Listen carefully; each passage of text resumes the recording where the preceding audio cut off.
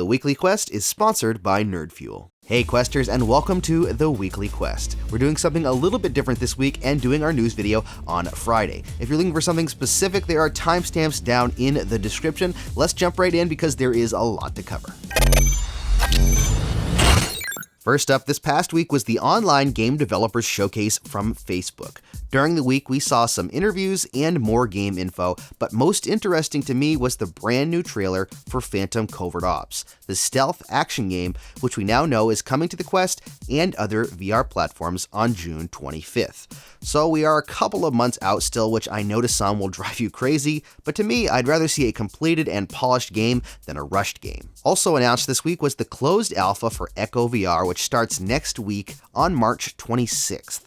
If you don't know what Echo VR is, it's essentially a zero-gravity esports game that'll be an incredible amount of fun on the Quest with no cables. You can sign up to try to get into the closed alpha at the link in the description. Some big congratulations are in order this week as well. Beat Saber just surpassed 2 million copies sold and 10 million DLC song downloads. That is a lot of songs. Speaking of Beat Saber, a brand new Beat Saber pack was announced that will release next week with music by Timbaland. The new pack has 5 additional songs and costs $7.99. Another impressive feat. This week, Facebook said in a blog post that more than 20 Quest titles have exceeded $1 million in revenue from the Quest store alone. It sounds like the Quest is making some amazing sales for these VR game studios possible, and I, for one, am super excited about that. Also announced this week was the support of OpenXR on Oculus platforms that'll be coming in the next few weeks. As someone who knows nothing about coding, I'm sure this is a great thing, and I've read that it can help simplify moving between multiple platforms, I believe, so that should be a great step forward for developers. Oculus has also released information this week about a totally redesigned user interface for the Oculus Quest that is coming soon. According to the blog post,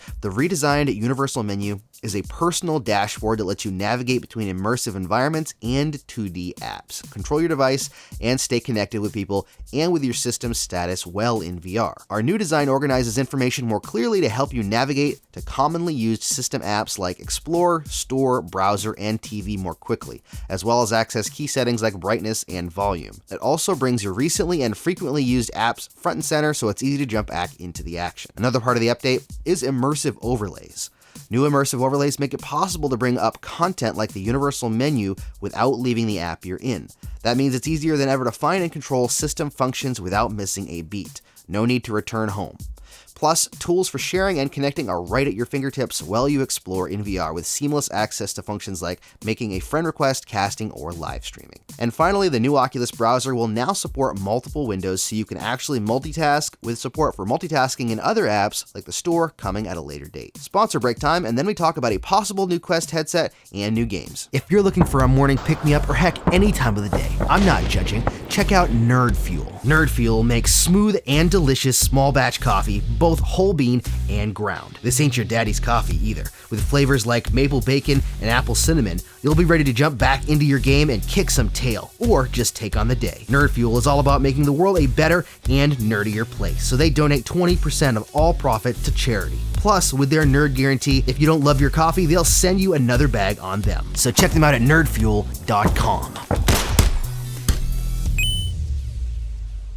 Some huge news was leaked just yesterday, and we are hearing rumors about a brand new Oculus standalone headset. According to both a Reddit post and Upload VR, a brand new standalone headset titled Del Mar is in development. The online documentation even listed a brand new controller codenamed Jedi. Upload VR was even able to find an archived Google search result that lists information on the haptics for the Del Mar project, which, as they concurred, means that the Jedi controllers will likely have haptic feedback like the Quest touch controllers.